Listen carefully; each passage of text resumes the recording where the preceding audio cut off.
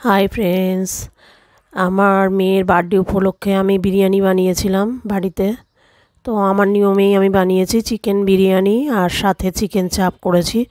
তো ভাতটা আগে করে নিয়েছি আমি হালকা ফুটিয়ে, জাস্ট ফুটে উঠেছে, চালটাকে ঝরিয়ে করেছি। আমি প্রতিবারই কাচ্চি বিরিয়ানি বানাই, কিন্তু এবারে আমি এরমভাবে করেছি। আরও একবার করেছিলাম এরমভাবেই, মাংসটা আলাদা করে নিয়ে, যেহেতু বড় বড় মাংসের পিস আছে ওই জন্য আমি আলাদা করেই করে নিয়েছি, একটু সামান্য কষে। তো ভাতটা আমি সব মশলা দিয়ে আলাদা সেদ্ধ করেছি। আর আমার ভাত ছিল, চাল ছিল 1 কিলোর ওপরে চাল ছিল। তো ভাতটা আমি আলাদা করেছি, করে নিয়ে এই যে মাংসটা লেয়ার লেয়ার করে দিয়ে তলায়, হাঁড়ির তলায় আগে ঘি মাখিয়েছি, ঘি মাখিয়ে তেজপাতা বিছিয়ে দিয়েছি চারিদিকে পাতিয়ে তেজপাতা। আর আর একটু ভুলে গেছিলাম, আমি কাজু কিশমিশটা জলে ডুবিয়ে, যে ওটা জলে ভিজিয়ে রেখে একটুখানি ফ্রাই করব, ওটা করা হয়নি। আমি রই দিয়ে দিলাম কাজু কিশমিশ, কোনো অসুবিধে নেই। তো মাংসটা আমার দই ফই সব রকম মশলা দিয়ে মাখানো ছিল, যেরকম বিরিয়ানির মশলা, দই, তারপরে আদা রসুন পেস্ট, পেঁয়াজ বেরেস্তা, আর ঘি ছিল সাথে। আমার প্রচণ্ড ঠান্ডা লেগেছে, ওই জন্য গলাটা ভাঙা রয়েছে। তো এরমভাবে মাংসটা আমি ভাতের লেয়ার লেয়ার করে সাজিয়ে আগে ঘি তেজপাতা দিয়ে মাখানো হাঁড়ির মধ্যে ভাতটা কিছুটা দিয়ে তার উপরে মাংস দিলাম, দিয়ে আবার ভাত দিয়ে আবার একটু বিরিয়ানি মশলা, একটু ঘি, এরকম করে দিয়ে লেয়ার দিয়ে এবারে এটা পুরো দুধ ফুটিয়ে নিয়েছিলাম, গরম দুধ 1 বাটি। ওর মধ্যে আমি কেশর দিয়েছি আর গোলাপ জল, কেওড়া জল দিলাম, কেওড়া জল আর মিঠা আতর দিয়েছি। কেওড়া জল, মিঠা আতর আর ঘি দিয়েছি, দিয়ে ভালো করে পুরো লেয়ার লেয়ার করে সাজিয়ে দিয়ে আমি আলুও দিয়েছি বিরিয়ানিতে। তারপরে বেরেস্তা দিয়ে, বেরেস্তাটা আমার একটু সফট হয়ে গেছে, তো এর ওপরে সাজিয়ে দিয়ে তারপরে হাঁড়িটাকে এবার সিল করব। অনেকটাই বিরিয়ানি ছিল, আটাটাও আমার একটু বেশি মাখা হয়ে গেছে, যাই হোক। এর ওপরে আমি সিল করে দিলাম ঢাকা দিয়ে একটা, ভালো করে চেপে, যাতে ওর ভাপটা না বাইরে বেরোয়, তাহলে গন্ধটা বেরিয়ে যাবে। আমি প্রতিবারই বিরিয়ানিটা আমার করা আছে ননস্টিক একটা, ওই মাপে হয়ে যায়, এটা একটু বেশি করেছি বলে আমি হাঁড়িতেই করলাম। তো এরকম ভালো করে সিল করে দিয়ে আমি গ্যাসে বসাবো।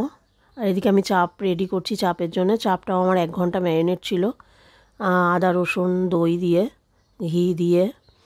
তারপরে এটা চাপের জন্য রেডি করছি। এটা আমি গুছিয়ে ভিডিও তোলা হয়নি, কারণ আমার এতটা সরঞ্জাম ছিল আর রান্নারও তাড়া ছিল, দুপুরে করেছি, ওর জন্য পুরো প্রপার ভিডিও করা সম্ভব নয়। সেই জন্য করেছি সব রকমই ব্লগের মতো করেছি। আমার রান্না রিলস যদি ভালো লেগে থাকে আপনাদের, তাহলে প্লিজ একটু লাইক আর সাবস্ক্রাইব করবেন, ফলো টিপে দেবেন। আমি যতটা পারি দেখানোর চেষ্টা করি। এটা আমি একসাথে যেহেতু করেছি, ওই জন্য প্রপার সব কিছু গুছিয়ে দেখাতে পারিনি। এরপরে যখন আবার করব আলাদা আলাদা করে দেখাবো, যেটা আমার নিয়মে করি আমি সেরকমভাবেই করেছি। চিকেনটা পুরো ম্যারিনেট ছিল, ম্যারিনেট থাকার পরে আমি ঘি দিয়ে হালকা করে একটুখানি, সামান্য একটুখানি গাটা ভেজে নিলাম, না তো পুরো রটা থাকলে তার উপরে মশলা কষলে একটু স্মেল বেরোতে পারে, এই কারণে আমি একটুখানি হালকা এপিট ওপিট করে একটু নেড়ে নিয়েছি। তারপরে আমার রেডি ছিল চাল মুগড়া বাটা, কাজু বাটা, পোস্ত বাটা আর বেরেস্তা বাটা, পেঁয়াজ বেরেস্তা আর আদা রসুন পেস্ট আর টক দই। মাংসটার মধ্যেও সবই মাখা ছিল। এই যে আমার চাল মুগড়া, কাজু, পোস্ত আলাদা আলাদা করে রাখা আছে, আলাদা রাখা আছে কাজু বাটা, পোস্ত বাটা, এগুলো চাল মুগড়া অনেকটা করেই দিয়েছি, কারণ আমার 4টে বড় বড় লেগ পিস আছে, এটা বড় বড়ই লেগ পিস এগুলো, এতে অনেকটাই দিতে হবে, না তো গ্রেভিটা একটু হবে না বিরিয়ানিতে খাওয়ার মতো। কাজু পেস্ট অনেকটাই দিয়েছি আমি, পুরো দিয়ে এটা নাড়তে হবে। আমার কড়াতে মাংসটাও একটু বড় বড় হয়ে গেছে, জায়গাটা একটু পাতানো হলে ভালো হতো। 4টে লেগ পিসের জন্য কড়াটা একটু ছোট হয়ে গেছে, একটু প্রবলেম হচ্ছে নাড়তে। তবুও আমি নেড়ে নিয়েছি। আমার একদম মাংস ভালো লাগে না, একটু জাস্ট আমি নেড়ে নিয়েছি একটু সামান্য। ওটা মাখিয়েও করা যায়, কিন্তু এগুলো যেহেতু বড় বড় লেগ পিস, যাতে কোনো স্মেল না ছাড়ে তার জন্য এটা আমি মশলাটা মাখিয়ে ভালো করে ঘি দিয়ে ভালো করে তার মধ্যে একটু নেড়ে নিচ্ছি। আর এটা কাশ্মীরি লঙ্কা গুঁড়ো দিলাম, এটা ঝাল কম হবে কিন্তু কালারটা সুন্দর আসার জন্য। দিলাম কাশ্মীরি লঙ্কা গুঁড়ো।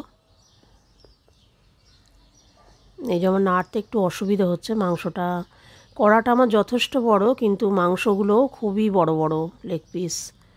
আপনারা দেখে বুঝতে পারছেন নিশ্চয়ই, খুবই বড় বড় লেগ পিস। আমি 1 কিলোর ওপরে মানে বিরিয়ানি বানিয়েছি, তো আমি 2টো মুরগি নিয়েছি কিনে। এই যে হালকা দিলাম একটুখানি গোলাপ জল, আর নুন দিয়েছি হালকা, একটা কেওড়া জল দিয়েছি, ম্যারিনেটের সময় নুন দিয়েছি। আর এই যে দুধে ভেজানো কেশর দিয়ে দিলাম, আর মিঠা আতর দিলাম একটুখানি, এটা সেন্টের জন্য, ভালো ফ্লেভার বেরোবে তার জন্য। আর এটা গরম মশলা বলতে এতে দিয়েছি আমি ছোটো এলাচ আর জয়িত্রী, আমি রোস্ট করে শিলেতে ভালো করে বেটে দিয়েছি। আমার গরম মশলাও যে আমার কোনো কেনা গরম মশলা না, আমি নিজে হাতে বানাই। মশলার দোকান থেকে আমি কিনে নিয়ে আসি আলাদা আলাদা, এনে আমি আমার মতো করে রোস্ট করে নিয়ে, যেগুলো মিক্সারে দরকার মিক্সারে করি, বেশি হলে না তো আমি শিলনোড়ায় করি।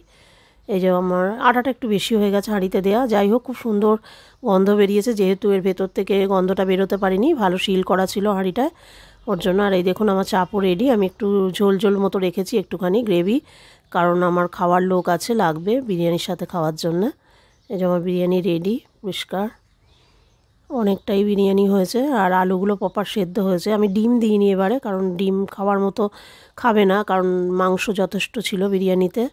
আর এই যে একটা লেগ পিস, তার জন্য বিরিয়ানিতে আর আলাদা করে ডিম দিইনি, ডিমটা পড়ে থাকতো। আর বিরিয়ানিতেও অনেকটাই মাংস আছে। তো আমার ভিডিও যদি ভালো লেগে থাকে আপনাদের, আমি আমার মতো করে আমার ঘরে বানিয়েছি, তো প্লিজ একটুখানি সাবস্ক্রাইব করবেন, লাইক দেবেন, কমেন্ট করবেন যদি ভালো লাগে। এই যে আমার মেয়ে খাচ্ছে, ওর ফ্রেন্ড খাচ্ছে, জন্মদিন উপলক্ষেই করেছি। তা মোটামুটি খাওয়ার মতো তো দেখে মনে হচ্ছে ভালোই হয়েছে, আমাকেও বসতে বলছিল, কিন্তু আমি সার্ভ করব বলে সাইডে বসলাম না, একটু পরে বসেছি। তো যদি বিরিয়ানিটা ভালো লাগে তো একটু প্লিজ একটুখানি লাইক করবেন। হ্যাঁ, tata, bye bye, please subscribe.